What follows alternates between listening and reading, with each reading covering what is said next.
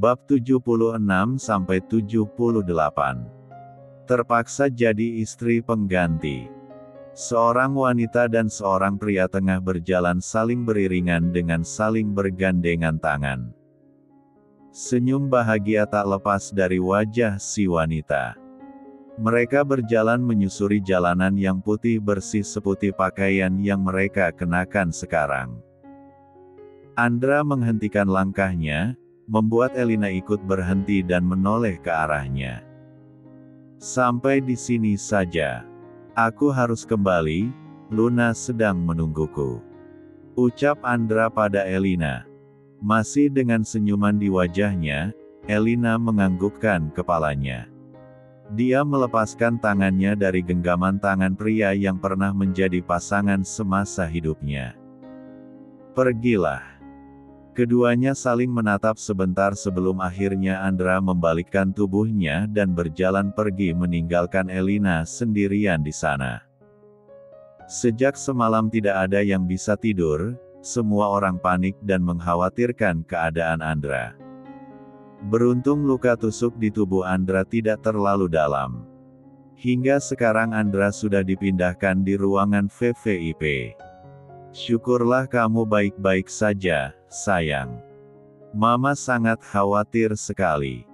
Devina mengusap rambut sang putra yang baru saja membuka matanya kembali setelah sejak semalam tidak sadarkan diri. Andra tersenyum kecil dan mengangguk pelan. Andra baik-baik saja, Ma. Mama tidak usah khawatir. Pandangan Andra mengedar menjelajahi seisi ruangan itu di mana dua keluarganya sedang berkumpul. Marvel juga ada di sana dengan wajah yang sudah nampak babak belur dan belum sempat diobati. Ditatapnya satu persatu setiap wajah yang ada di sana. Di mana Luna, Ma? Tanya Andra saat menyadari istrinya tidak ada di ruangan itu. Devina melihat sekelilingnya, dia baru sadar jika Luna sudah tidak ada di ruangan itu. Semua orang di ruangan itu menjadi panik saat sadar Luna tidak ada di sana. Padahal Luna adalah orang yang tidak mau lepas dari sisi Andra sejak semalam. Devina juga sudah meminta menantunya itu untuk istirahat dulu saat dokter mengatakan jika Andra baik-baik saja. Namun Luna menolak dan tetap kekeh menunggu di samping sang suami. Sejak semalam Luna di sini kok nungguin kamu. Pergi kemana ya dia? Rupanya sekarang Luna sedang berada di rooftop rumah sakit. Matanya menatap lurus ke depan, tapi pikirannya entah kemana. Ketakutan akan kehilangan Andra terus menyelimuti diri Luna. Derayan air mata seperti tidak ada habisnya keluar dari sepasang mata indah itu. Bahkan Luna belum sempat mengganti pakaiannya yang kotor karena noda darah suaminya yang sudah mengering. Padahal Lulu sudah membawakan baju ganti untuknya. 2 kali menyaksikan orang yang dicintainya pergi meninggalkannya untuk selama-lamanya membuat Luna mengalami perasaan takut yang begitu besar. Tidak ada hentinya dia menyalahkan dirinya sendiri atas apa yang menimpa Andra saat ini. Jika karena bukan menolongnya, mungkin Andra tidak akan terluka dan terbaring lemah di atas berangkar rumah sakit. Suami kamu sadar tapi kamu malah pergi. Apa kamu sudah tidak mencintai aku lagi? Suara itu seperti sebuah tembakan yang langsung menembus ke jantung Luna. Akhirnya dia bisa mendengar suara itu lagi. Perlahan Luna membalikkan tubuhnya dan melihat Andra yang sudah berdiri tidak jauh darinya dengan menggunakan seragam rumah sakit dan nampak ada memar di wajahnya. Bahkan Andra melepas paksa selang infus yang menempel di tubuhnya demi bisa mengejar Luna. Beruntung tadi Hansen melihat Luna pergi dan mengikutinya hingga dia langsung melaporkannya pada tuan mudanya itu.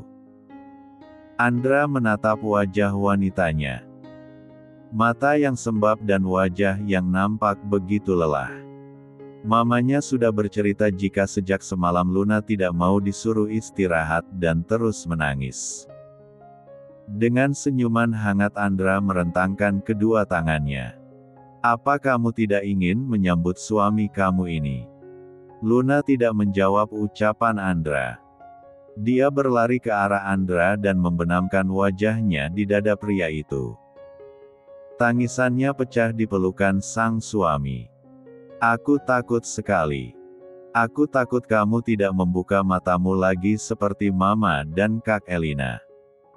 Tangis Luna dengan kedua tangannya mencengkram erat baju yang dikenakan Andra.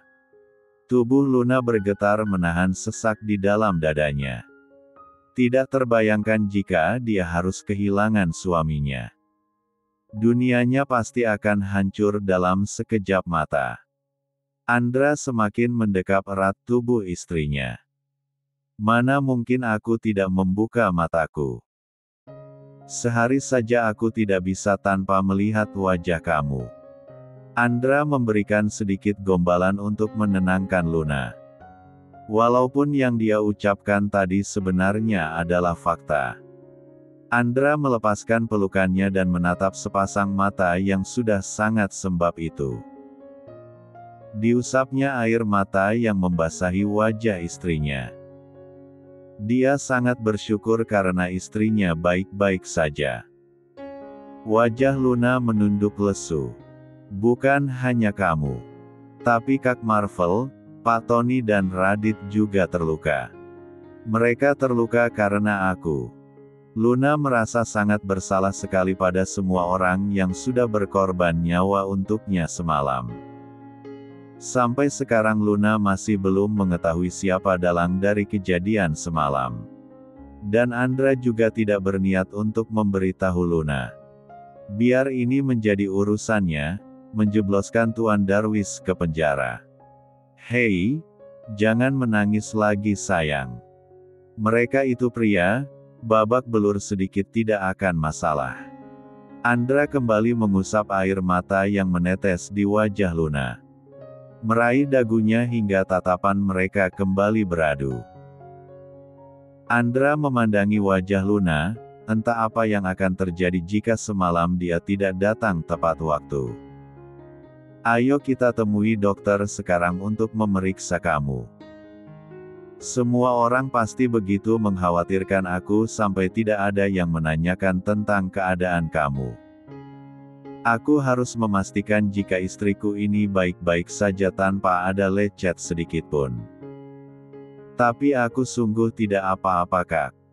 Aku baik-baik saja. Aku tidak percaya jika belum mengeceknya. Serga Andra, dikecupnya sebentar bibir istrinya. Atau kamu ingin aku sendiri yang mengeceknya? Aku sedang tidak ingin bercanda, Kak. Saat ini Luna memang sedang tidak ingin bercanda. Suasana hatinya masih diliputi kesedihan dan rasa bersalah. Jika saja sesuatu yang buruk benar-benar terjadi pada Andra, apalagi jika Andra sampai meninggalkan, Luna tidak akan bisa memaafkan dirinya sendiri. Dia tidak bisa hidup tanpa pria itu. Andra menghembuskan nafas panjang. Dia memang tidak pandai merayu wanita seperti Marvel. Tapi saat ini dia hanya ingin melihat Luna bisa tersenyum kembali. Dia tahu Luna masih memikirkan kejadian semalam dan masih menyimpan ketakutan dalam dirinya. Kalau begitu aku minta maaf. Kali ini Andra memasang wajah serius dan menatap lekat wajah istrinya. Luna mengangkat wajahnya dan menatap mata Andra. Minta maaf untuk apa? Semua ini salahku, harusnya aku yang minta maaf. Aku minta maaf karena dalam beberapa hari ke depan, aku tidak bisa tidur dengan memelukmu. Kak, Luna memukul dada Andra dengan tangan mengepal, membuat Andra meringis. Sesyah. Luna nampak khawatir dan mengusap-usap dada Andra. Apakah sakit? Padahal aku tidak memukulnya dengan keras. Andra tidak menjawab, dia meraih pergelangan tangan Luna dan menggenggamnya erat. Mereka saling terdiam dan saling menatap. Aku tidak suka melihat kamu yang seperti ini. Aku hanya ingin melihat kamu tersenyum. Apakah begitu sulit? Suara Andra terdengar begitu tegas. Wajahnya nampak serius dengan sorot mata tajamnya. Luna hanya terdiam menatap wajah itu. Ekspresi Andra sekarang sama persis seperti ekspresi saat Luna menjatuhkan celana dalam milik suaminya itu dulu. Kenapa kamu marah-marah seperti itu? Luna kembali menangis. Untung mereka sekarang ada di rooftop, jika tidak orang-orang pasti sudah mengira Andra ngapa-ngapain Luna. Lun, aku tidak marah, aku. Suara Andra terdengar lebih lembut. Dia menjadi serba salah. Tidak. Kamu marah. Sambil merasakan nyeri bekas luka tusuk di pinggangnya, Andra kembali menarik nafas panjang. Dia harus benar-benar bersabar menghadapi Luna. Iya. Aku marah. Maafin aku ya, sayang. Andra terpaksa mengalah karena tidak ingin mendebatkan hal kecil dengan Luna. Dibawanya kembali tubuh istrinya ke dalam pelukannya. Diusap-usap lembut punggung Luna untuk membuatnya tenang. Tanpa mereka sadari sejak tadi Adrian melihat dan mendengar percakapan mereka. Adrian merasa Andra adalah pria yang sangat bertanggung jawab. Pernikahan Andra dan Luna memang adalah suatu paksaan, tapi Andra bisa belajar mencintai Luna. Tidak seperti dirinya, pernikahannya dengan Kania adalah perjodohan orang tua, namun apa yang sudah dia lakukan pada Kania?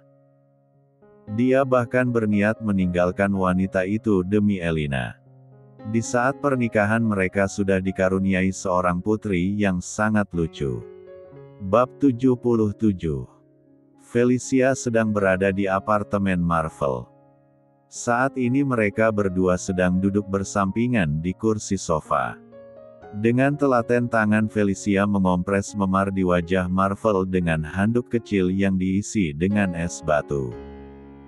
Tidak apa-apa kan aku menunda beberapa hari lagi acara melamar kamunya? Tanya Marvel. Kenapa bertanya seperti itu? Bukannya menjawab Felicia malah balik bertanya. Ya takutnya kamu udah gak sabar pengen cepat-cepat jadi istri aku. Kan gak lucu kalau kita nikah wajahku sedang jelek begini. Ungkap Marvel penuh percaya diri. Felicia langsung menghentikan aktivitas tangannya di wajah Marvel. Satu tangannya menabok lengan pria itu dengan cukup keras. Percaya diri sekali. Kamu yang mengejarku duluan, bukan aku. Felicia melemparkan handuk kecil di tangannya pada Marvel, kemudian dia bergegas bangun untuk pergi. Namun tangan Marvel lebih dulu menangkap pergelangan tangan Felicia dan menariknya hingga kini Felicia terjatuh di atas Marvel. Felicia menghindari tatapan Marvel dengan memalingkan wajahnya ke samping. Saat ini jantungnya berdegup sangat kencang. Kedua tangan Marvel memegangi pesa tunggangnya dengan sangat erat. Apa kamu tidak ingin melihat wajah calon suami kamu ini, Yang? Goda Marvel dengan senyum menggoda. Calon belum resmi. Balas Felicia tanpa menoleh. Kok kamu ngomongnya gitu sih, Yang?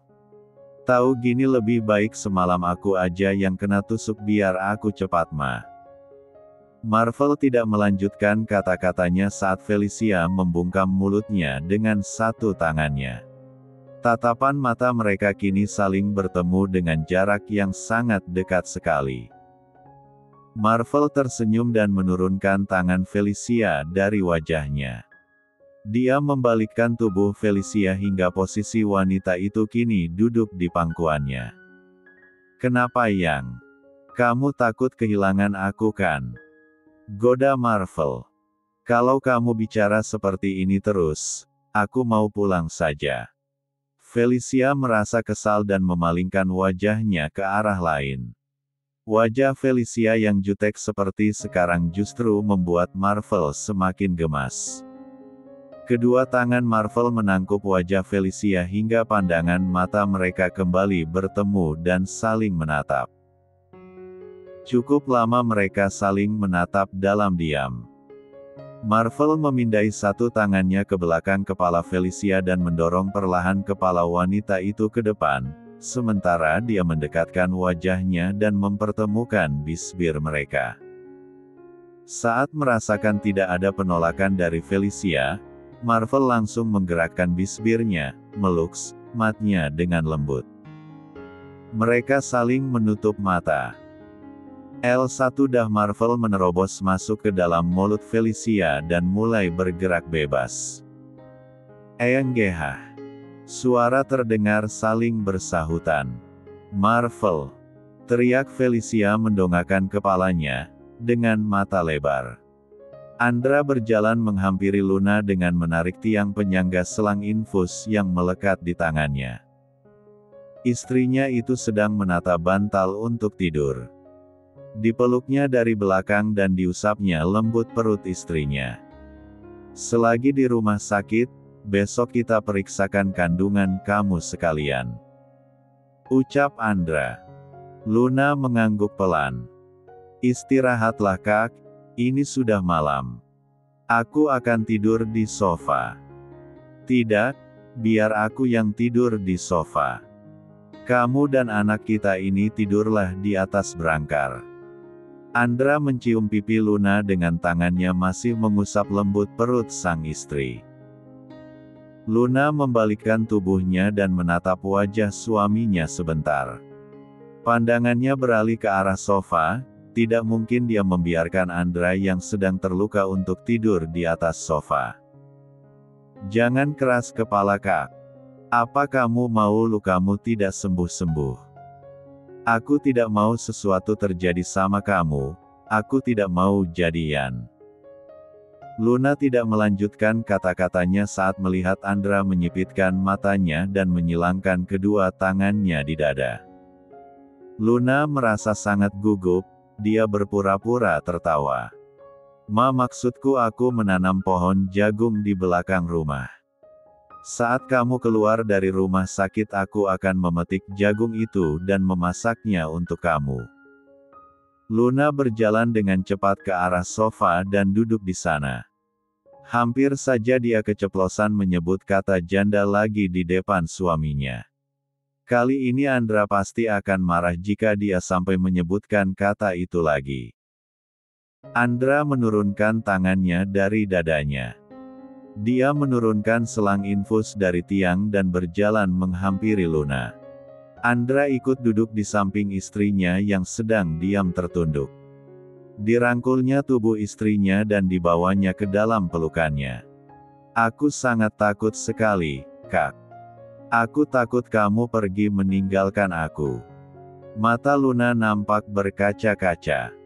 Rasa takutnya akan kejadian semalam masih terus membayanginya. Aku tidak akan kemana-mana. Andra mengeratkan pelukannya dan menciumi rambut istrinya. Tiba-tiba Luna teringat sesuatu, dia teringat wajah pria yang sudah menusuk Andra. Dia pernah berpapasan dengan pria itu di depan lift bersama dengan seorang pria tua saat dia mengunjungi Andra di kantornya waktu itu. Luna menjauhkan tubuhnya dari Andra dan menatap mata pria itu.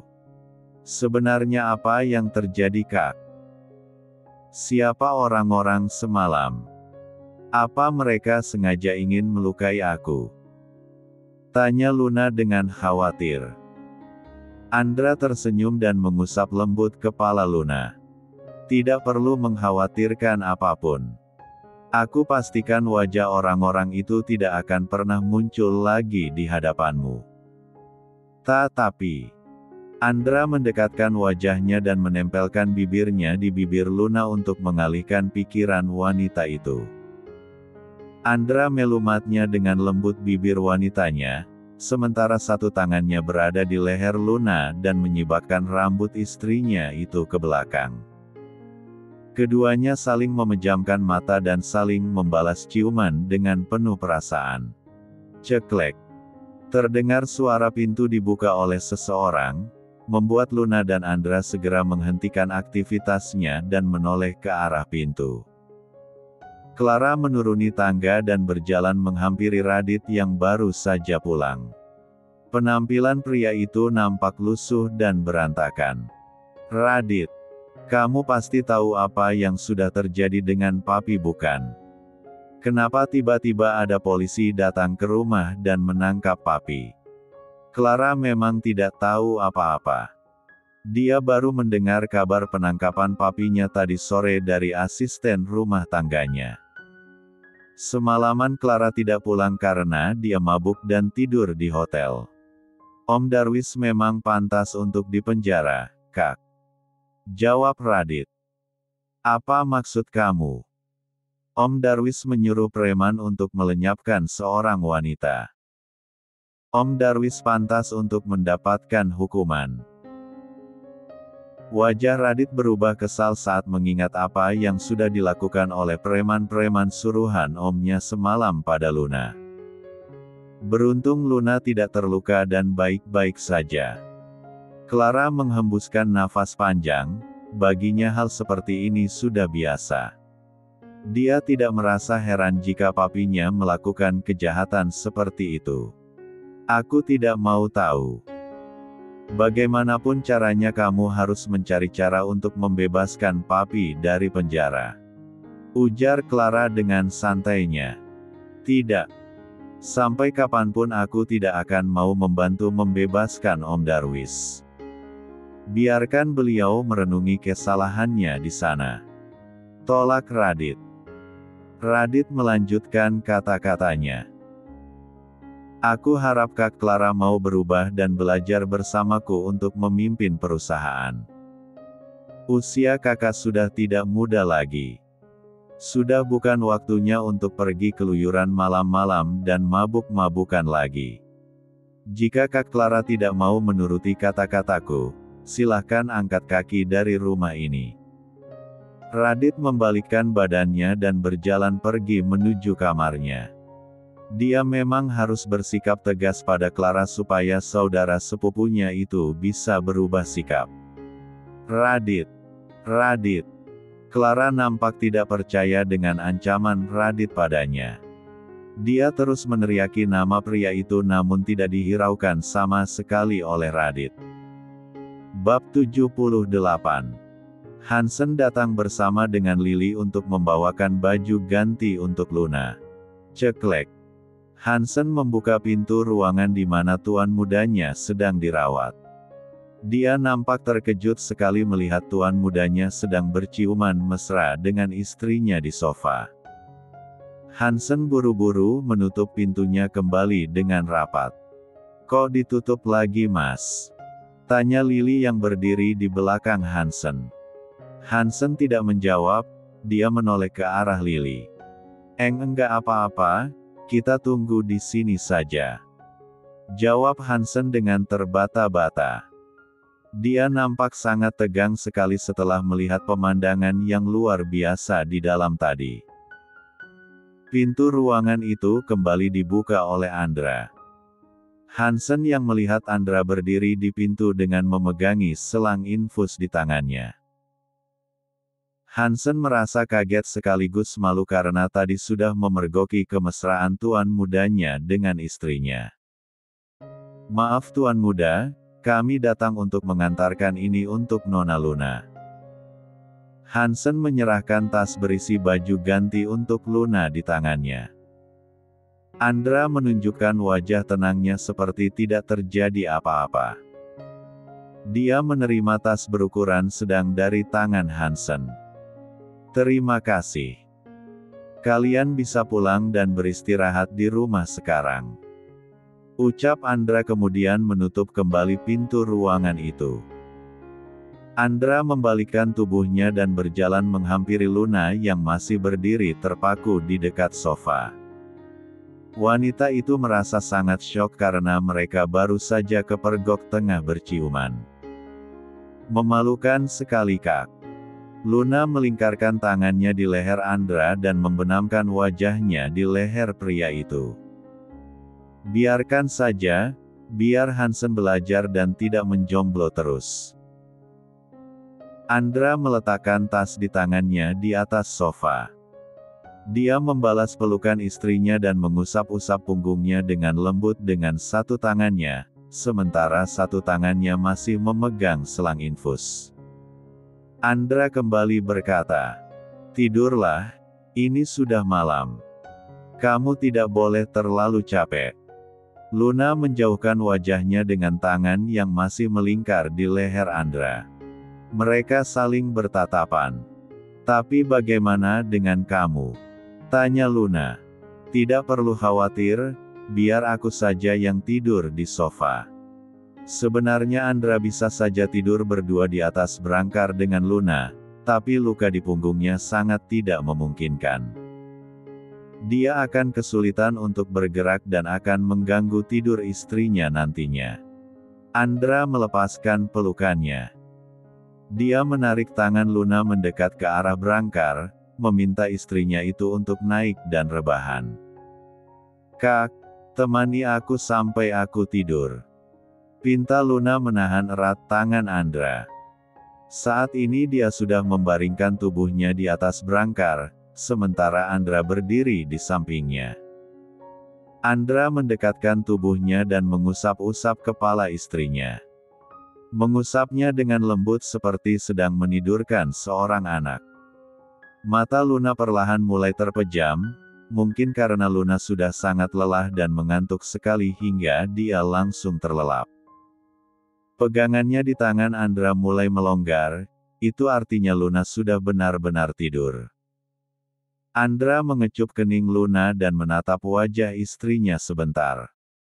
Dia melepaskan pegangannya dari tangan Luna dan berjalan ke arah sofa, mendudukkan dirinya di sana. Tak lama kemudian pintu ruangan diketuk oleh seseorang. Andra mempersilahkannya untuk masuk. Nampak dua orang perawat datang dengan menarik berangkar tambahan yang memang sengaja Andra minta untuk dirinya tidur. Berangkar itu diletakkan di samping berangkar yang sedang ditiduri oleh Luna. "Pelan-pelan, jangan sampai membangunkan istriku." Andra meminta mereka melakukannya dengan hati-hati agar tidak mengganggu istirahat Luna. "Baik, Tuan," jawab salah satu perawat. Siang ini Marvel datang mengunjungi gedung Rainbow Group.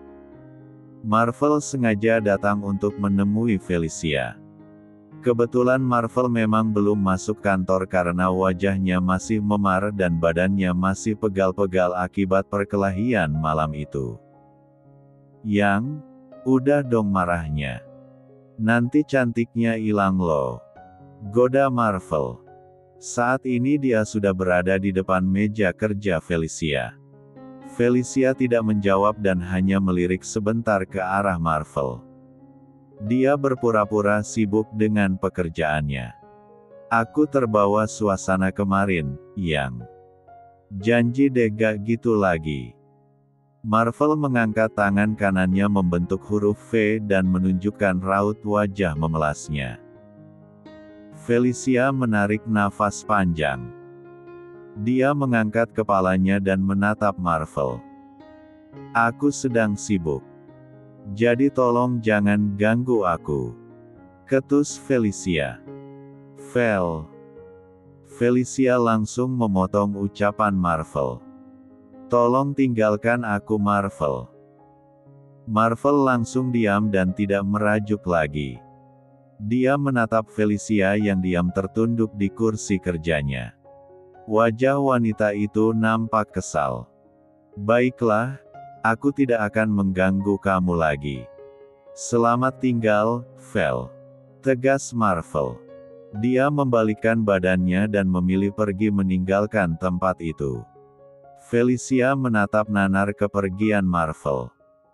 Dia tidak bermaksud untuk membuat hati Marvel terluka.